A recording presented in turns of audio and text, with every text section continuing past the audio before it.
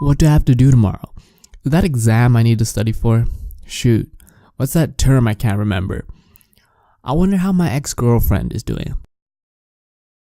Did I remember to lock the door? Did I turn off the stove? What's the meaning of life? I should be asleep by now. I have exactly 4 hours until I have to wake up for school, which means if I sleep, now I can be able not to be tired because I have to sit through that 8 a.m. lecture. I haven't slept yet. Anxiety is the natural reaction in regards to the brain's sympathetic and parasympathetic nervous system, or the fight or flight response, when the brain perceives danger or via induced stressful environments, as it heightens your senses, which causes your body to produce less saliva, dilates your pupils, and increases your heart rate so it can pump blood and oxygen to your muscle and more vital areas when in danger for more efficiency in the energy expenditure, which is all great and all and stuff for survival, but this is all happening to me in my bed while I'm trying to sleep. It's like the equivalent of running a 100-mile sprint, but without the running. They would say, just think of something else. You're not thinking too much. You're overthinking too much, Peter. But it's hard to explain if you've never had it. You see, ever since I was a kid, I didn't have the greatest socializing skills, so I ended up having a bad habit of having these constant monologues in my head to rationalize these situations and scenarios more so than your typical person. I would have these constant rehearsed conversations that would go on for hours, especially before bed. Your parents, school teachers teach you to load your brain with information, but there's lack of showing you how to control your own thoughts, to which I had the magnitude of my own thoughts seem to have its mind of its own. It was a point where the physiological effects took its toll on me in 2013. You see, the thing with having anxiety is that one small thing becomes a huge momentum in your brain, which you make things, so little seem so big in your head.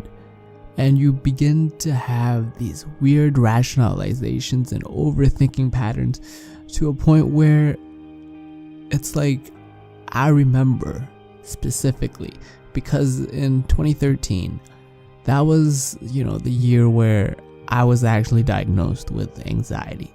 And I was eventually giving pills so I could deal with my constant panic attacks that I was dealing with and overall my generalized anxiety.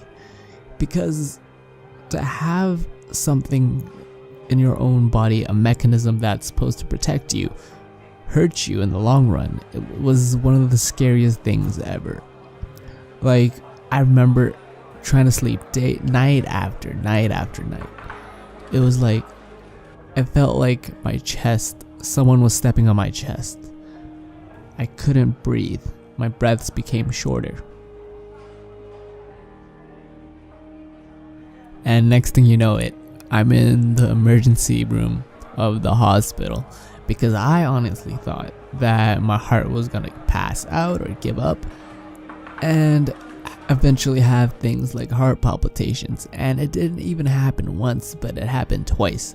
And to have something in this day and age where, the people around you, whether that's your environment that you're in, not really understand the mere fact of how you're actually feeling and it's not a physical, some kind of illness. It's not a mental thing, But guess what? It is a mental and a physical thing to a point where it affected me greatly when it came to meeting people. It affected me when it came to how I rationalize the world. And if I've seen a lot of these so-called anxiety videos, and I'm all for, people bringing awareness, but I actually have anxiety. And it's not something that's talked about, right? We still live in a world where it's like, it's taboo because, it's not a broken arm, it's not a broken leg, it's not something that the doctor can just prescribe to you and you'll deal with it.